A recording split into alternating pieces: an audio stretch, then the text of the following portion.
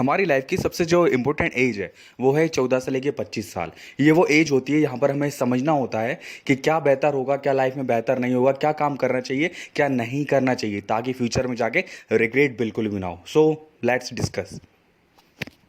First point में हम लोग बात करेंगे follow your own path. Follow your own path का मतलब ये रहता है कि हमें एक्चुअली भीड़ चाल का हिस्सा नहीं बनना है। यहाँ पर आपका एक्चुअली माइंड आपसे कहता है कि हाँ ये चीज़ मैं अच्छे से कर सकता हूँ, आपको वहीं जाना है। लाइफ आपकी है, आपको ही अपना एक्चुअली स्ट्रीम वगैरह डिसाइड करना है। बहुत सारे लोग ये कहते हैं कि नहीं आप ये करो, आप वो करो। नहीं, आप कोई भी अपने आइडियल मान लो और उसके हिसाब से वर्किंग स्टार्ट करो। ठीक है, आपका जो भी फील्ड है उसमें उनकी राह पे चलो, तो आपको वो चीज़ आगे जाके बहुत हेल्प करेगी। हमें किसी की बात नहीं सुनना है कि कौन क्या कह रहा है, हमें यही मानना है कि हाँ मेरी लाइफ है और मैं ही इसे अच्छी बना सकता हूँ, उसी का रिस्पॉन्सिबल मैं हूँ और आगे जाके मेरी लाइफ का रिस्पॉन्सिबल कोई नहीं होगा। सो ये चीज़ अपने माइंड में रखो। और अगर है सेकंड पॉइंट होता है कि ओवर थिंक। ठीक है, इस एज में क्या करते हैं कि बहुत सारे लोग ये कहते हैं कि आप ये मत करो, वो मत करो, फलाना फलाना। तो हम जाके एक्चुअली क्या ओवर थिंक करने लगते हैं कि यार काश मैंने ये करता, मैं वो करता, मैं अगर ये आईटी स्ट्रीम लेता या मैकेनिकल लेता। इट्स ऑल ठीक है, आपने जो किया सो हो गया, लेकिन आपके पास ऐसा नहीं है कि लाइफ ख़त्म हो गई। जो चीज़ कर रहे हो उसी को बहुत अच्छे ढंग से करो। डोंट ओवर थिंक, अपने हेल्थ के ऊपर इश्यूज़ क्रिएट नहीं करो। ठीक है, बी हैप्पी। और अगर हम थर्ड पॉइंट की अगर बात करें तो वो होता है कि इन्वेस्ट। ठीक है, how to learn the invest. इसमें 3 पॉइंट बेसिक हैं।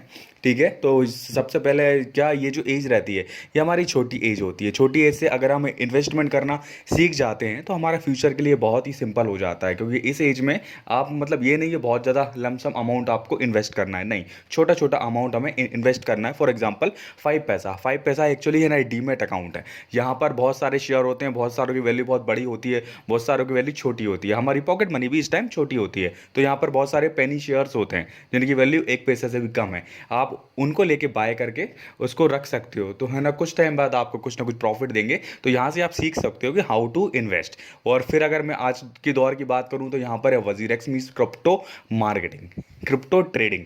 यहाँ पर एक्चुअली क्या, आपने बिटकॉइन का नाम सुन रखा होगा, नहीं नहीं सुना होगा तो इन फ्यूचर आप सुनोगे ही। तो बिटकॉइन तो खैर बहुत बड़ी बड़ी करेंसी हो गई है, लेकिन बिटकॉइन के जैसे ही कुछ अभी छोटे छोटे से कॉइन थे जो अभी काफ़ी प्रॉफिट दे रहे हैं। तो आपका आपके पॉकेट मनी का एक छोटा सा पार्ट, समथिंग 500 या 1000 या 2000 रुपये आप डाल सकते हो। फॉर एग्जाम्पल आज की डेट में जो ट्रेड कर रहा है वो शिवा कॉइन ट्रेड कर रहा है।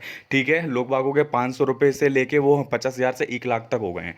ठीक है, तो अगर आपका छोटा सा कोई पॉकेट मनी है तो आप यहाँ पर इन्वेस्ट ईजिली कर सकते हो। ठीक है, यहाँ पर है ना डॉज कॉइन है, शिवा कॉइन है, और भी बहुत सारे पेनी कॉइन्स भी हैं जिसमें आप अपना इन्वेस्टमेंट कर सकते हो। ठीक है, क्योंकि आज का जो पैसा है, जो छोटा सा इन्वेस्टमेंट है, आपको कल बहुत बड़ा मुनाफा दे सकता है।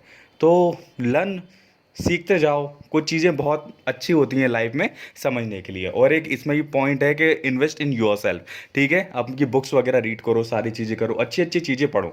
ठीक है, अपने ऊपर इन्वेस्टमेंट करो।